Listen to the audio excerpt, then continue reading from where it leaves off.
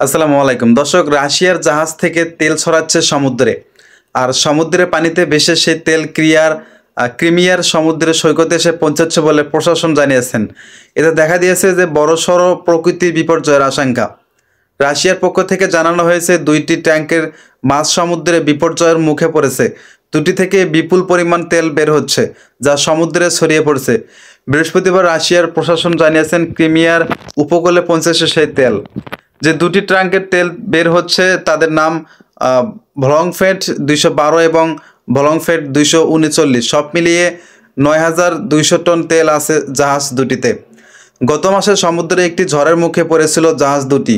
তখনই জাহাজ দুটি বিকল হয়ে যায়। এদিকে জাহাজ দুটির ভালোই বয়স হয়েছে বলে রাশিয়ার প্রশাসন জানিয়েছেন। এখন পর্যন্ত বিকল জাহাজ থেকে তেল অন্য জাহাজে হস্তান্তরিত করা এখন পর্যন্ত যায়নি। ফলে বিপুল পরিমাণ তেল সমুদ্রে ছড়িয়ে পড়েছে। এর ফলে বড়সড় প্রকৃতির বিপর্যয়ও ঘটতে পারে বলে আশঙ্কা করা হচ্ছে সেখানে। রাশিয়ার প্রেসিডেন্ট ভ্লাদিমির পুতিন জানিয়েছেন যে একটি বড় স্বেচ্ছাসেবক দলকে ঘটনাস্থলে পাঠানো হয়েছে এবং কিভাবে এই পরিস্থিতি মোকাবিলা করা যায় তা তারা পর্যালোচনা করে দেখবে। সমুদ্র থেকে তেল পরিষ্কার না করলে বিপর্যয় ঘটতে পারে বলেও জানিয়েছেন তিনি। 10,000-এরও বেশি মানুষ জলজ প্রাণীদের উদ্ধারের কাজে নেমেছেন বলেও রাশিয়ার গণমাধ্যম জানিয়েছেন। পরিষ্কার করার চেষ্টা হচ্ছে বালিও। 73,000 টন বালি সমুদ্র সৈকত থেকে তুলে ফেলা হয়েছে বলে জানানো হয়েছে।